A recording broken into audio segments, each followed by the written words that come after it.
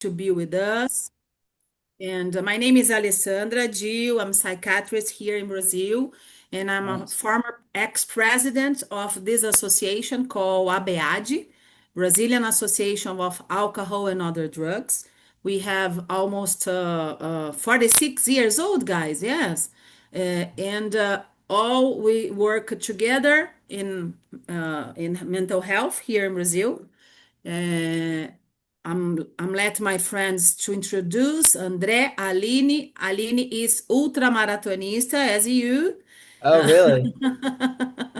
and she is occupation therapist here in Brazil. She is ashamed of speaking English, but she knows how to speak. And so let's destravar a língua, Aline. Aline André, can you introduce yourself, please, for Yes. our. Hi, Davey. I'm André Almeida, a person in recovering for 10 years. I am a master student in psychiatry and in mental health. Nice to meet you. Mhm. Aline, and Hi, you. Nancy. My name is Aline. That's it. So, David, when you received this invitation, did you find it a little bit awkward? What did you find? What these guys want with me? What can I contribute to this? What did you think? No, I was excited. I love doing this. Like, I love it. Uh-huh. This is like one of my favorite things to do. Um, Mhm. Even though I'm in medical school right now, I train, I run a lot of races, like I'm very busy, but like st Uh, I have to make time for this because this So is like, thank you for your time, and you yeah. don't want to spend a lot. Maybe we could record the three questions about I thought to ask you something about the can I call Pilar in English, guys? How did you get if the sport was something that help you in your recovery? That's what I would like to ask first. And how do you do to get this? And Yeah. how many years are you in recover? And then talk a little bit to medical students, because I can imagine as in America as here in Brazil, a lot of Brazilian students, medicine students, are using drugs, especially that one in that are doing anesthesiology, and they are using everything: alcohol, marijuana, alcohol, and other things. But I would like to hear you talking about a little bit of these two subjects. And I don't know if my friends have some other questions to ask him. And that's it. To make a motivation to our Brazilian audience. That's it. Yeah. Yeah, I can expand on that a little bit. So the first thing I'll say is that if you're using drugs, specifically drugs, I think alcohol is a little different, but if you're using drugs, you know you shouldn't be doing it. There's a level of shame associated with using hard drugs. It might not be in the moment of when you're high. You might feel great, you might not feel the shame. But when you wake up in the morning, when the high dulls, you will have a moral combat with yourself and you will know that you did something, you cheated, right? Like you made yourself feel good without doing any work. That will defeat itself over and over again. You know you shouldn't be doing that. It's driven into the core of every single human being. You know you're doing something wrong.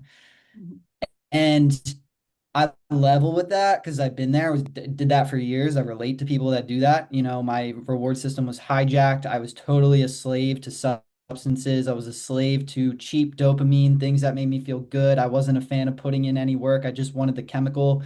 I just wanted to feel high. And what I would say to people is that doesn't have to be that way. I think that sobriety gives you everything that alcohol and drugs promise you. I think that in the grand scheme of things, you get those highs and more in return. It just doesn't happen right away. It's not an overnight phenomenon. It's something that you need to put work into, but every ounce of effort you put into it is 100% worth it and is the best bang for your buck like that you could possibly pay. And I talk a lot about this on my Instagram, and a lot of people relate to it.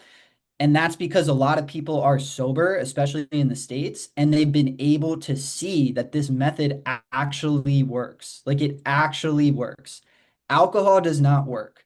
Drugs do not work. They work temporarily, but anything that makes you feel good without putting any kind of effort into those happy chemicals that are released after you intake the liquid or after you snort the drug, it's going to defeat itself over and over and over and over and over again. It's not going to work. So I'm excited because I think at least in the States, I don't know where you guys are, but the numbers are going down because people are seeing this. People are seeing like, alcohol, it's poison. It's not good for my body. When you drink, even if it's just a drink, the byproducts, the toxic metabolites of alcohol breaking down in your system are present in your body for the next 48 hours after ingestion. So Yes. that means if you just drink 2 times a week, granted that they're separated by a few days, you are quite literally always in alcohol withdrawal just by having 2 drinks a week. So, it's something to think about. I'm not here to tell people how to live. I'm not here to say like you need to do this. This is the best way forward. Like I don't know. It's just like my experience with it, and I'm a little biased because, these things literally almost killed me because I have the mind that kind of like I have that like alcoholic thinking. I have that like addict mindset, you know. So I'm not here to tell people how to live, but my experience in medical school and the reason that I want to become a physician in the United States is so that I can inform people about the risks and then they can take the risks, think about it, and then go make their own decisions. Because right now I feel as though a lot of these risks are massively downplayed. In terms of the athletics, I got into I think it's a common arc of a person who is, let's not even put a label on it and say out addict, alcoholic. Let's not even do that. Let's just say that somebody who is more prone to somebody who is more prone to self-medicate with substances or alcohol. You see this a million times over. I guarantee you guys see it too in different people. Mm-hmm. Once they stop drinking, when they're able to get clean, when they're able to put it down for an extended period of time, they no longer have that activity in their life that is firing off that dopamine when they're ingesting. Therefore, they need to find other ways to get it, right? So that's why so many recovered alcoholics and addicts are people that are taking on these monstrous tasks, are people that are successful, are people that are CEOs, starting businesses, productive, running ultra marathons, running marathons. Because what happens is when you take that pleasureful activity away, you need to find other ways to feel the high. And there's plenty of other ways to get high. I talk about this all the time. I've been sober for 6 years, but I still get high. Like I'm Mm-hmm. just not getting high off street drugs. I'm just not getting high off alcohol. I'm getting high on running 100 miles at one time. I'm getting no, Yeah, but it's real, right? Because it's it's like I real. I was never the person to do that. Never. Mm-hmm. I was never the person to get into medical school. I was the person that was getting, 800 on my SAT, failing all my classes, never showing up to class, sitting in the back of the classroom. But because I removed one thing from my life, everything has changed. So there are other ways that you can make yourself feel good. I'm still in the business of feeling good. Don't get me wrong. Like I don't do drugs or alcohol anymore, but I am definitely still in the business of feeling good because I like feeling good. It's just a different way to feel good now. It's just I need to put effort in. I need to wake up every day and put the effort in order to get the same end result. I'm just not doing drugs. It's just not instantaneous. It's a very similar lifestyle. It's just delayed gratification instead of instant gratification. So that's why I got into the running, that's why I got into the medical school. And yes, there's also a component of like when you get sober, everything changes and you have a clean slate of identity and you really get to like you really get to question like who you are as a person, what you want to do, where you want to go, and that's overwhelming to a lot of people, I think. I work with a lot of people trying to get sober. And it's an overwhelming thing because you can go so many different directions. You've been numbing yourself for so long. You don't really know who you are on a fundamental level, and you have to like take these risks and try things out. It's a lot of trial and error. I didn't get sober and all of a sudden was like medical school, doctor. That's what I want to Mhm. do. That is not what happened. I had like a 2, 3 year period of where I was just trying shit out. Like I was just going, I was just doing things. And then like, I was like, nah, I don't really like that. I'm gonna try this. Nah, I don't really like that. I'm gonna try this. And then I landed on the things that worked for me, the things that gave me the most amount of fulfillment. I landed on them. And then I was like, I stuck to that. I was like, this is why I was put here. This is what I want to do, And then in terms of people in medical school, yeah, 100%. I think that it's a stressful thing because there's so much knowledge you need to learn. A lot these schools are expensive. You're in debt. There's a lot on the line in order for you to do well. Here But in but Brazil, we have a lot of public schools, medicine schools, a little bit different of America, but many of people who get into the universe are people that have money. It's the opposite, not the poor okay, ones, but we have the same problem, not the same drugs, I guess, because you guys have a lot of problems with opioids, isn't it? yeah, But do you think, David, that when you get sober, you still suffering from stigma? yes, Even, yeah? yeah. How do you I feel that? How do you feel that? Okay, so in the States, it's very huge stigma around all this. So the reason I wanted to go into medical school was because my experience with sobriety, getting sober, I did a 12-step spiritual program. I went to Alcoholics Mhm, Anonymous, Narcotics Anonymous. I worked the steps and I was able to meet people. I was able to, most importantly, give my experience once I got sober, give my experience back to the new people coming in, help the young people coming in that were just like me. And through that experience of helping other people, I decided I want to go into medicine and I want to provide a higher level of care to these people. I want to be able to, prescribe medications. I feel like it makes a lot of sense why somebody would get sober, find that they have a love for helping people, and then decide that they want to, be a nurse or be a doctor or be a surgeon because it's all the same. It's just helping people, right? So I'm applying into medical school and I'm doing my medical school application and I basically pour my heart out on this application, right? I write about how I'm 6 years sober. I was, helping people in Alcoholics Anonymous. I found a love for helping people. There's nothing that makes me feel as good as helping another person. This is why I want to go into medical school. This is why I want to be a doctor. mhm, Long application. And I give it to one of the advisors at my undergraduate institution. And she's like, you mhm, can't talk about this. And I'm like, what do you mean I can't talk about this? Like this is mhm, why I want to be a doctor. And she's mhm, like, you can't say this. This is a red flag. If they read this, they're going to flag it and they're not going to want to let you in because it's a liability. mhm. And I had to rewrite my whole entire application. Luckily, I had other things to talk about other than sobriety, such as running long races. I did a lot of research in undergrad. I kind of resurrected my GPA and my grades, which was a fun story to tell. But I didn't talk. The main reason why I wanted to be a doctor, I wasn't allowed to talk about on my medical school application. So the school I'm at now they don't know anything about this. They don't know that Mhm. I'm sober. They don't know you know, went to AA, go to AA. They don't know I Even help you, other. even you have an Instagram account, they don't know. They don't know about it. No, I mean, Uh-huh, I'm more open about it now that I'm like accepted in and here. Like I talk about it a lot. I'm uh-huh, very public about it. But uh-huh. at the time, because medical school is very competitive, especially in the United States to get into, I I wasn't able. understand. No, Uh-huh, because it's still viewed the stigma. It's still viewed as a liability. uh-huh. Wow. Yeah. It's sad to hear, but finally you get it. And you are going to be psychiatrist. I'm still debating. I love this, don't get me Uh, wrong, but I feel like I have a lot of avenues that this is uh-huh. already in my life. For example, like Alcoholics Anonymous, the Yeah. Instagram platform, coaching people.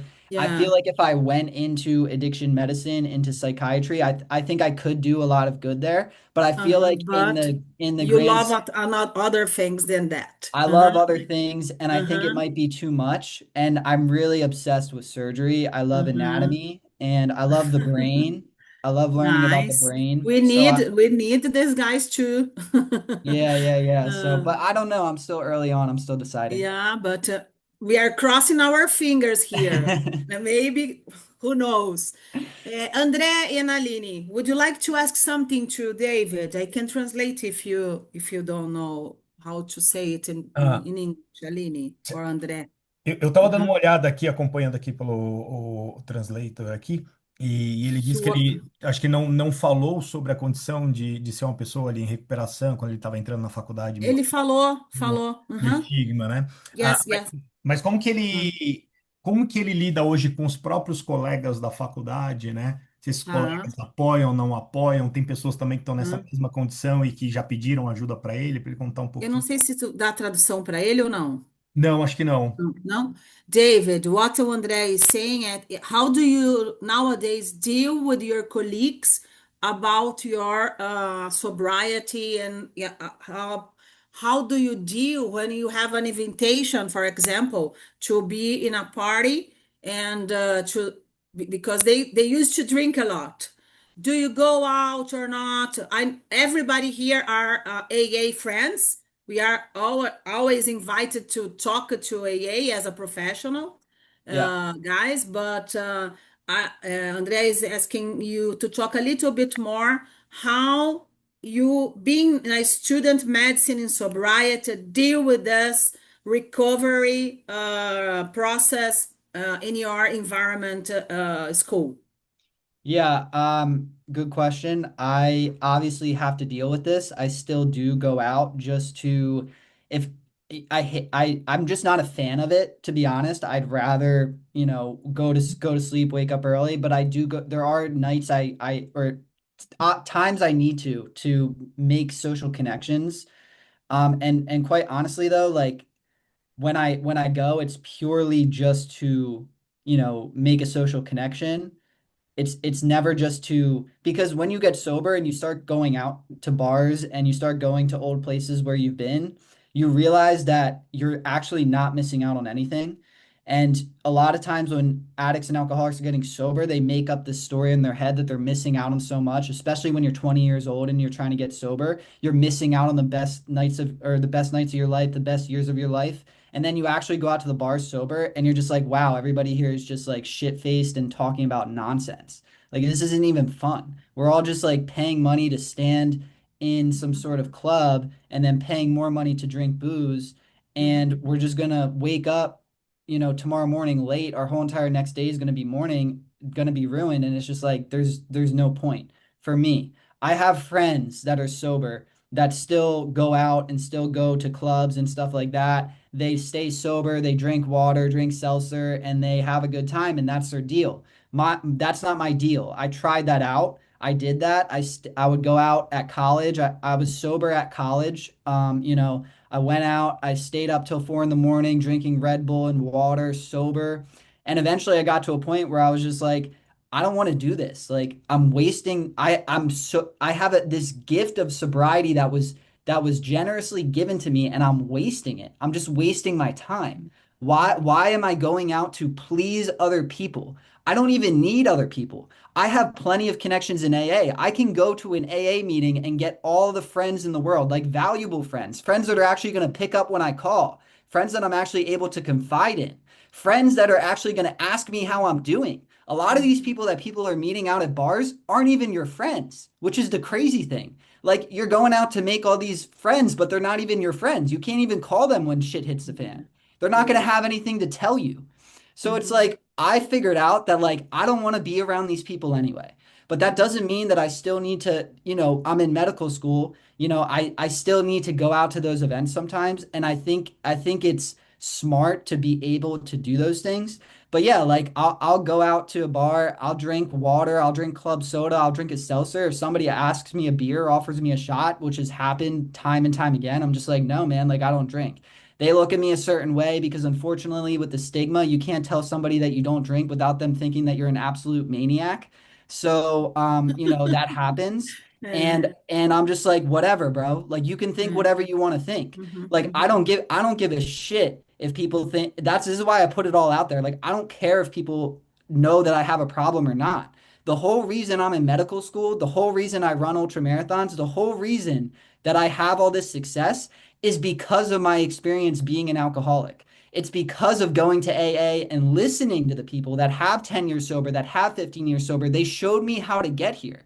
And I'm going to show other people that that's available to them. So I have a huge disconnect now with this level of judgment that people like to just toss at you because you've had a problem with drinking. How are you going to judge somebody that had a problem with drinking? Like it just you don't want to be around these people anyway. So I think there is a balance to it. You want to be level-headed, you want to be able to be a responsible adult and go out and do those things, which really isn't hard after you've been sober a couple years because you get so much back. You're just like, I don't want to go back to drinking anyway. I haven't met mhm. a single person who regrets getting sober. I haven't met a single person that like goes, I have some friends that like go back and relapse and stuff for sure. But Mhm. they always come back to reality and unless they die, because a lot of them die unfortunately. But the ones that don't, they come back to AA, they come back, they start over and they're like, bro, I don't know why I did that. Like I had it going for me. Like I don't know why I did that. This is just like a thing that like it works every single time. It works in every single one of my clients. It's like I don't even have to do anything. Like I just need to keep like reinforcing to them that like listen, if you stay sober, like this is gonna work out. You don't need to worry about like, mostly anything else. You just need to make sure that you don't drink. Just by doing that one thing, you are going to get everything in return. Very, very good. Aline, do you have some question? Ale, pergunta pra ele, ele chegou a comentar das substâncias que ele fez o uso, ou... Falou álcool principalmente, Não, tá? não, principalmente o Aham, álcool. aham. É que eu Isso, e não outras de peguei. experimentação. Aham. Tá. Mas quer falar alguma É, coisa do esporte? Ah, de mudanças de hábitos, assim, além da corrida, o que mais que ele acabou fazendo uhum. dentro da rotina dele, né? Ah, Como é, fator de proteção.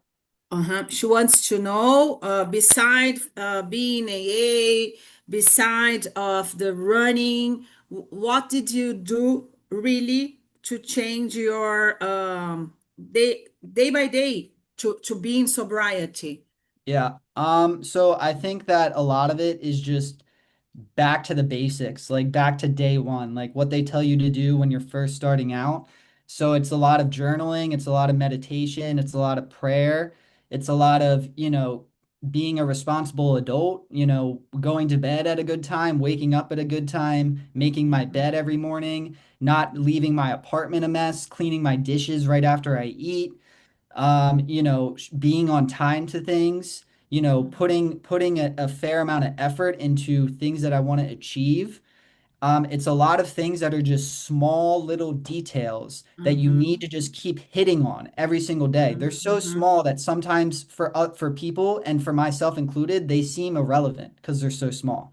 But you need to remember that this is a long game. Sobriety isn't about 6 months from now. Sobriety isn't about a year from now. It's not even about 5 years from now. Sobriety is about a decade, 2 decades from now because sobriety iterates. It's the delayed gratification. We're all in the delayed gratification business. We are no longer in the rest of the world is participating in the instantly gratifying culture. We aren't part of that. We're in the delayed gratification process. So you need to understand that these small habits that you are doing every day are contributing to the delayed gratification that you will experience a decade from now. So that's always the mindset. And I hate to go here, but I'm going to go here because it's just a part of my story. The faith. The faith is huge. The faith was the next level for me wow. because what happened was I'm going to these AA meetings and I'm hearing people share their story and I'm seeing the people that are the most successful. I'm seeing the people that are the happiest. I'm seeing the people that have the best relationship with their wife or their husband. I'm seeing the people that are great fathers, that are great mothers, and I'm curious. So I'm asking them. I'm like, how do you have that, right? Like how do you keep coming to the same AA meeting for 15 years to keep keep helping people. Don't you get tired of it? You spend so much time sitting in the same room hearing the same stories. But they're like, Mhm. no, like this is what I love. I'm like, how are you on that level? And it's always God. Like it always comes back to faith. It's always faith. So someone like me who, in the beginning of my sobriety wasn't prioritizing that, and I'm asking these people and I keep hearing the same answer. I keep hearing faith in God, faith in God, faith in God, always the common denominator, right? Most of the Mhm. time. So then I start questioning myself. I'm like, maybe I need to explore this more. Maybe I need to dive deeper into this. And I started doing that around year 2, year 3 of sobriety, and it was a huge game changer for me. I mean, it started alleviating the depression, it started alleviating the anxiety, the negative thoughts. It really gave me more purpose and more direction. And that's another huge thing that I like to hit on, especially in my program. It's always like it comes back to that spiritual piece. And that's a huge piece in Alcoholics Anonymous too. I mean, if you break down the message in Alcoholics Anonymous, the cornerstone message is higher power, you know? And that Mhm. method has worked for 100 years, over 100 years, right? Like we can't even make a medication with all the Mhm. technology we have. I'm telling you, I'm in school for this. I see this. We can't even make a medication that works better than Alcoholics Anonymous. They Mhm. still teach if you have an alcoholic coming into the emergency room, you better be giving them a list of Alcoholics Anonymous meetings nearby because that's where they need to go for help. Sure, we'll help them detox. We'll make sure they don't have grandmom seizures when they're coming off booze. We'll help them out.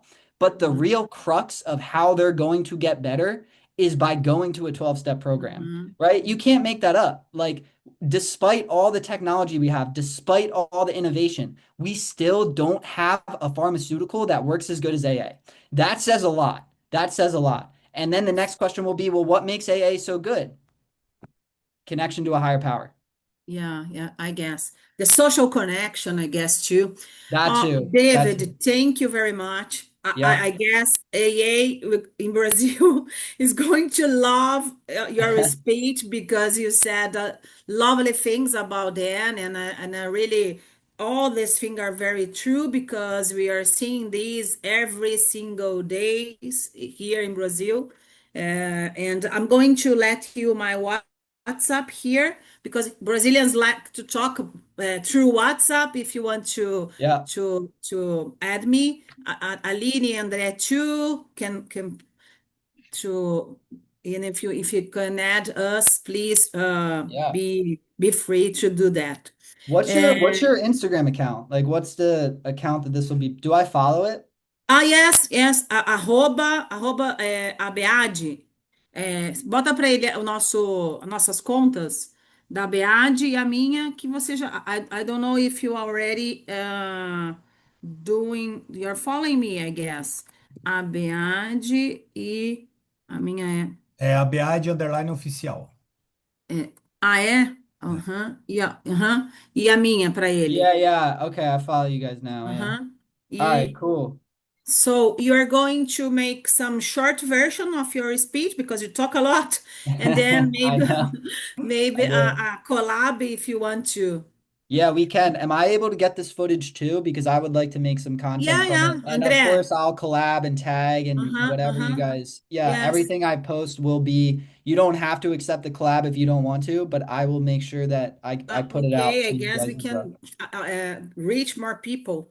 Yeah. Uh, Are you able to send me Aline, this footage André over? e Aline Trevelin.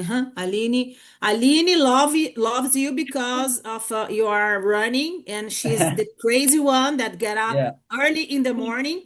I'm Yeah, still be in the beginning. I was very fat in the past. That's my drug, yeah. food. So I'm dealing with that. And I start walking, then I'm running 5 kilometers by day. And for me, it's wow, huge. Yeah. One day I'm going to Dolomitas as you, Aline. Did you know Dolomitas in Italy? Me?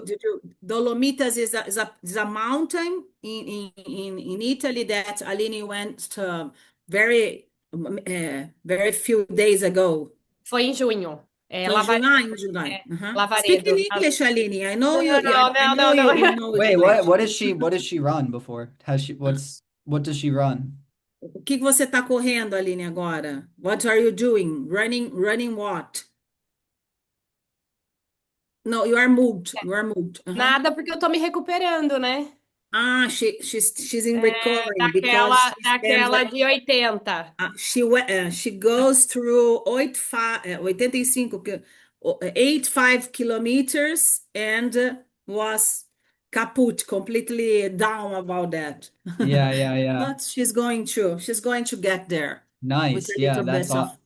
Yeah, I always say like running and the journey through recovery are so similar, you know? mhm. So that's amazing. That's amazing. So thank you very much. Hope to see you in the Instagram. And if you want to come to Brazil some days, give me a call because we are very warm people. And I guess you want I don't know if you know Brazil so far. Did you have a chance to come to Brazil or not? No, No? I would love to. So, Yeah. so you are invited to know Brazil, Rio de Janeiro, São Paulo, Campinas, Fala Rio pra ele Grande do do Sul. congresso daqui 2 anos, Yeah, quem sabe, né? yeah, maybe in the Congress. We are going to have another Congress in 2 years, I guess, and maybe why not? Yeah, David let me know. Miller be here to give a speech. Yeah, let me know. I will. I hear there's good running down there too, so Uh, I'm all in. okay, so that's it. Have a nice day. Have a nice weekend, and congratulations for everything. Thank you guys so much. Great meeting Bye. all of you. Thank you.